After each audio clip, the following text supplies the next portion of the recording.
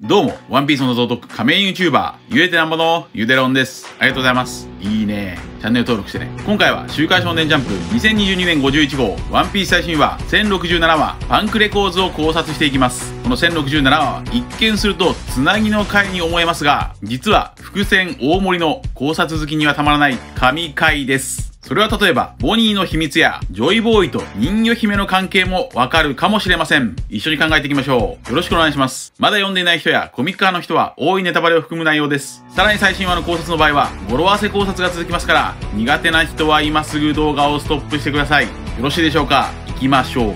1067話のスタートは、ベガパンク本体と出会ったボニー。ベガパンクはなんと、悪魔の実の能力者、脳みそ人間のみのみのみだと明かします。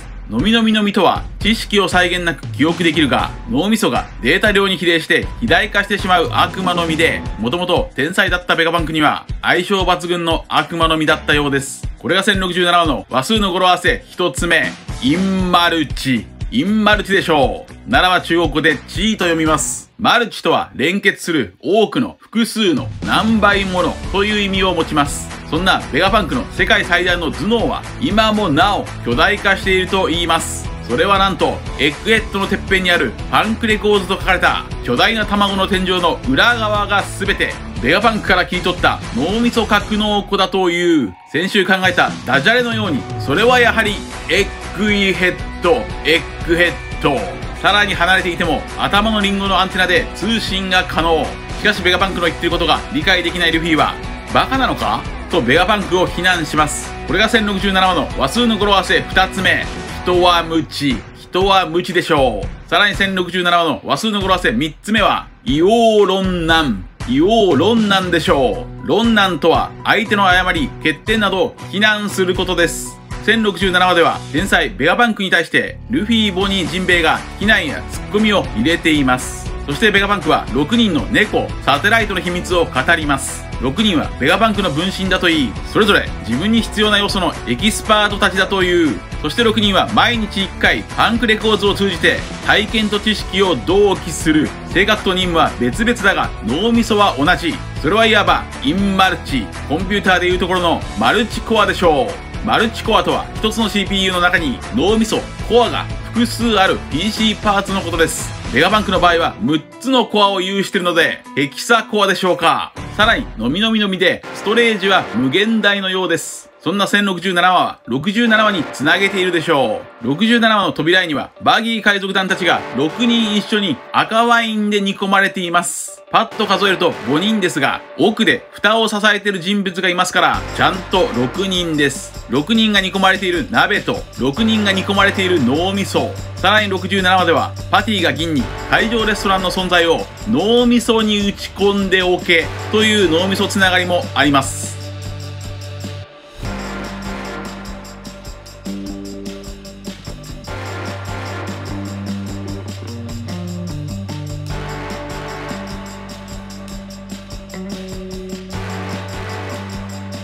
そんなベガパンクの脳みその話を聞いたチョッパーは、医学も強いのかと聞くと、ベガパンクはもちろんじゃ。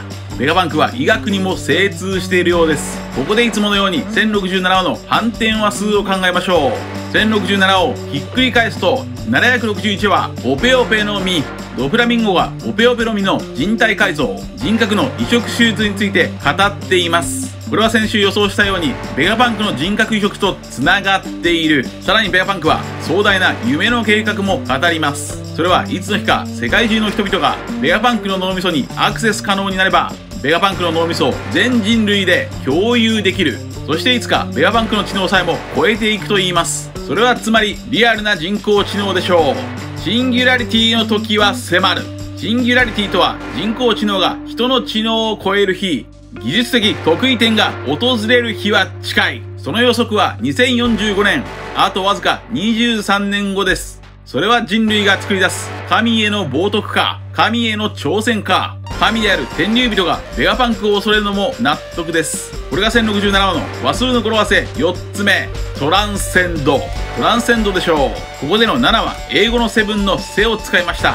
トランセンドとは上回る、超越するという意味です。さらにトランセンデンスなら人工知能 AI が人間の知能を超える時を意味する言葉だそうです。そしてこのベガパンクの夢、計画が実現すれば、ある意味でベガパンクの脳は死なない。わしゃ死がない天才科学者じゃ。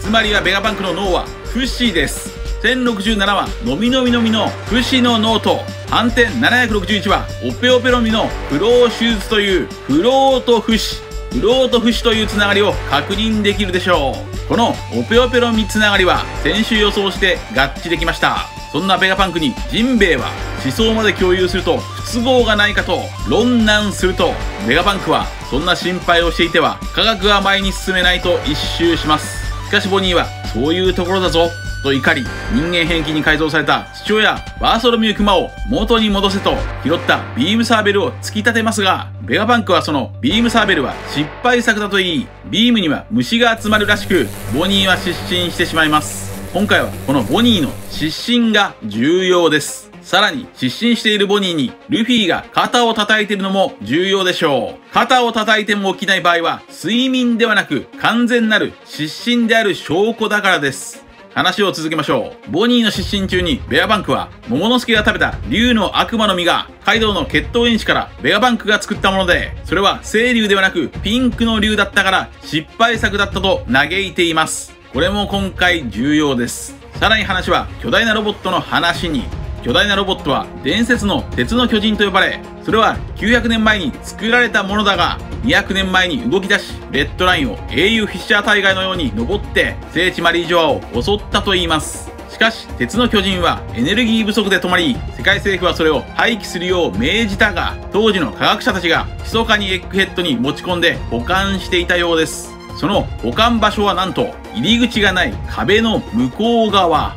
この壁をすり抜ける超古代文明の技術は怪しいです。例えば見えぬ島ラフテルは壁の向こうにあるから見えない可能性。もしくは以前ラフテルには秘密の部屋があると考えました。そんな秘密の部屋が壁の向こう側にあるのか。そうしたルフィたちの話をシャカとロビンたちはモニター越しで聞いています。これは前回シャカが言っていた見せたいものとは普通に古代のロボットだったようです。そんな話を聞いたロビンは200年前といえば魚人差別に動きがあった年とつぶやきます。確かに620話でハッチャンは200年前まで魚人差別があったが、竜宮王国は世界政府に加盟して友好を結んだと言っていました。魚人差別と鉄の巨人、このつながりを聞いて思い出すのはトムさんでしょうか。魚人の船大工トムさんも鉄の巨人と同じようにお腹に槍が刺さった状態で世界政府と敵対していました。男はドンと胸を張れ。やはり滅ぼされた王国はドン王国なのか。さらに差別と鉄の巨人というつながりは2週間前に考えたユダヤのゴーレムとつながります。鉄の巨人イコールゴーレム、これについてはこのように考えました。こちらです。そしてそこはまるで墓場。巨大なロボットがお腹に槍が突き刺さった状態で眠っています。これが1065の話数の語呂合わせ9つ目。トゥームゴーレム。トゥームゴーレムでしょうか。トゥームゴーレム。トゥームとは墓場のこと。ゴーレムとはユダヤの伝説やギリシャ神話に登場する土や鉄でできた人造人間、ロボットのような巨人です。木漏れ日の中で眠る巨大なゴーレムはまるで天空の城ラピュタのロボット兵のようでもあり、北欧バイキングのようでもある。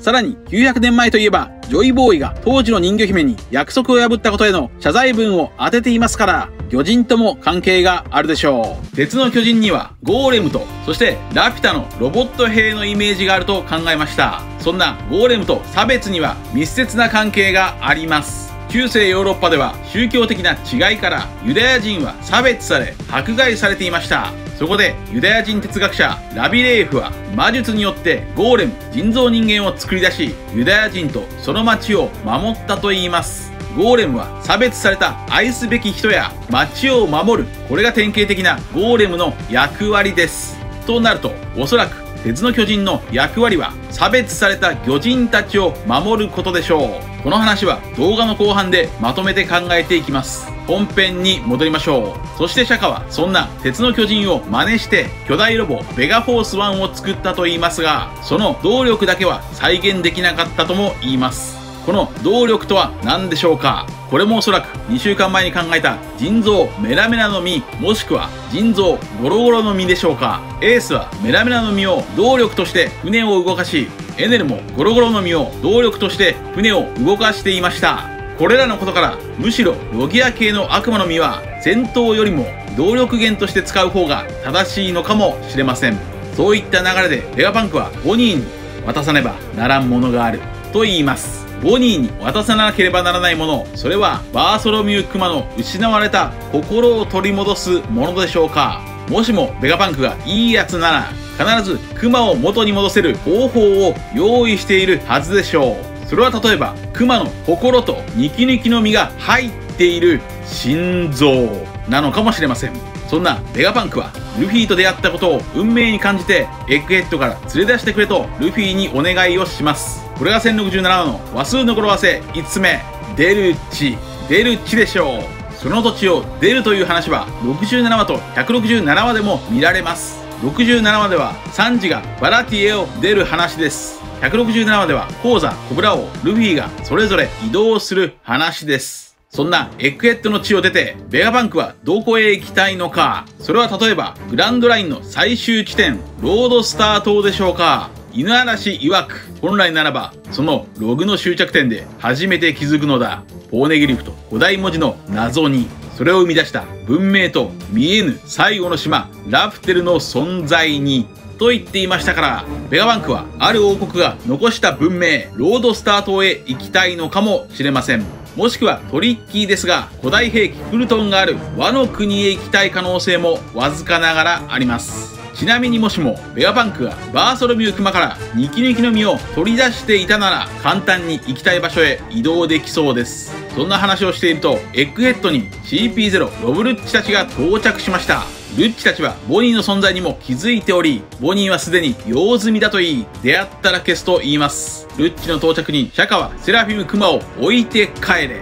エッグヘッドには入港させない迎撃準備を取ると言います。これが1067話の話数の語呂合わせ6つ目、イレン・ルッチでしょう。場面は変わってカマバッカ王国の革命軍、なんといきなり自我のないクマが走り出す。これも語呂合わせデルチ。カマバッカの地を出たいクマ。さらに1067話の話数の語呂合わせ7つ目はドゥーアランナーでしょう。ドゥーアランナーとは急いで去るという意味です。本編の流れの考察は以上です。続いては1067話に散りばめられた数々の要素から、まずはボニーについて考えていきましょう。ボニーの存在はすでに用済みだというルッチ。これは海軍の杯も言っていました。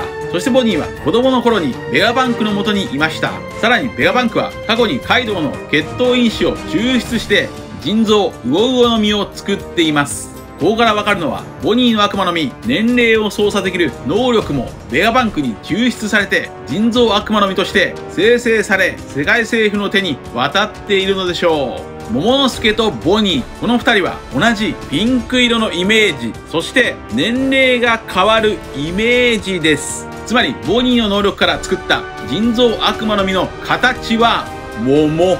ピンク色の桃の形かもしれません。これは別のチャンネルでも話しましたが、ボニーから取り出した腎臓悪魔の実によって五老星は若返るかもしれません。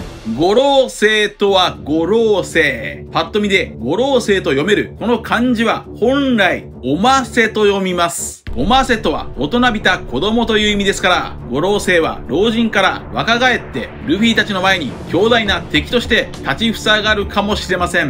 それがボニーから抽出した桃の形の腎臓悪魔の実かもしれません。続いては鉄の巨人と熊について考えてみましょう。なぜ自我がない熊が走り出したのか。それはおそらく愛する娘ボニーを守るための命令、プログラムが入力されているからでしょう。これはサニー号を守った熊と同じです。そのトリガーはおそらくボニーの失神でしょう。意識が突然途絶えた失神によって、熊はその脳波を感知して走り出したと考えられます。このロボットにあらかじめ命令を仕込ませておくという発想は映画スター・ウォーズエピソード3のオーダー66を想起させます。スター・ウォーズエピソード3のクローントルーパー兵たちにはオーダー66というジェダイ抹殺命令が脳内のコードチップに埋め込まれていました。このオーダー66のヒントとなりそうなのがエッグヘッドの雲に書かれた謎の数字066でしょうか。066とはオーダー66。さらにもう一つ、この発想は天空の城ラピュタでも見られます。天空の城ラピュタの壊れかけのロボット兵は真のラピュタ王シータを守るために動いていました。それはまるで街や人を守るユダヤのゴーレムのようにロボットにプログラムを入れておく。この話はおそらく200年前の鉄の巨人も同じではないでしょうか。つまり900年前に作られた鉄の巨人は人魚姫を守るようにプログラムされていた。そのように考えると、例えば200年前魚人差別は勢いを増して今後生まれてくる人魚姫の血統因子を持つ人物に危険が迫ったと考えられます。この時、鉄の巨人は動き出し、聖地マリージョアを襲った。そして、そんなものが存在することを知らなかった世界政府は慌てて、魚人たちが住む優遇王国を世界政府に加入させて、見せかけの友好を結んだ。そんな感じの物語ではないでしょうか。この仮説が正しいなら、900年前に鉄の巨人に人魚姫を守るようにプログラムを仕込んだ人物は誰でしょうか。それはおそらくジョイボーイでしょう。ジョイボーイは巨人島に約束を守れなかった謝罪文をポーネグリフに刻んで残していました。それではなぜジョイボーイは人魚姫を守ろうとしたのか。それはクマとボニーと同じように親子関係だったからでしょうか。いや、ジョイボーイは人魚姫に惚れていたのかもしれません。恋はいつでもハリケーン。D はまた嵐を呼ぶ。このジョイボーイと人魚姫の恋という考察はおそらく他の方も考えていると思いますが、僕なりの考察方法でその根拠を提示していきましょう。まずこちらの動画ではジョイボーイはルフィよりもサンジのイメージがあると考えました。そんなサンジはナミと魚人を重ねて恋をしていました。さらにサンジはナミの前ではなぜか太陽の神ニカのようにふにゃふにゃな体になります。そしてこの魚人、失神、恋、巨大なものが守るという要素は625話受け継がない意志でも確認できます。625話では天竜人ミョスガルド星が魚人島に現れ、人魚姫白星の身に危険が迫った時、巨大な海王類が白星を守るために現れました。この時ミョスガルド星は失神しています。さらに625話ではデッケンが白星に惚れています。ここで話数の反転理論を使いましょう。625話をひっくり返すと526話、大監獄の冒険、インペルダウンに潜入するルフィとハンコック。ここではハンコックがルフィに恋をしています。そんなハンコックは元天竜人の奴隷であり、レッドラインを登って聖地マリージョアを襲った英雄フィッシャータイガーに助けられています。それはまるで鉄の巨人のようにまとめましょう。900年前20の国と戦ったある国の味方にはジョイボーイと共にホウズキ家や月の民、魚人族、人魚姫こと古代兵器ポセイドンもいたのでしょう。さらに当時のジョイボーイは人魚姫に恋をしていた。それはまるでサンジのような人物であり、ロビンを守った巨人、サウロのような人物でしょうか。そして敗北を悟ったある国は魚人島にいた占い師、シャーリーの祖先に未来を占ってもらう。すると世界に夜明けが訪れる日は900年後だと知る。そんな絶望の中でホウズキ家はポーネグリフにその予言を刻む。一方当時のジョイボーイはせめて900年後に生まれてくるであろう人魚姫の血統を守るために鉄の巨人を作り、人魚姫を守るようにプログラムしたのではないでしょうか。以上です。続いてはいつものように次号1068話の展開を話数の理論から考えていきましょう。まずは1068話とつながる68話と168話を考えましょう。68話は4人目、サンジが仲間入りしてクソお世話になりましたとバラティエを出ていきます。168話は夢の街レインベース。サンジがナミさんを守ることを決意しています。次に1068話の反転話数も考えましょう。1068話をひっくり返すと861話、タイトル演技派。861話の話数の語呂合わせはエロい。